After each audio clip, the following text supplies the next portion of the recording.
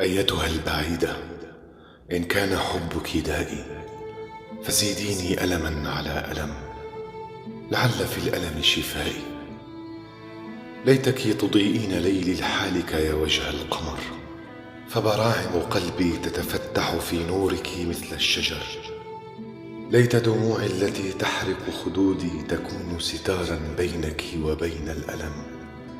يا من يرق قلبه لحالي، أنا في الحب ضيعت حالي. إذا رأيت نحول جسمي لا تلوميني، فاللوم على جسمي إن لم ينحلي. عيني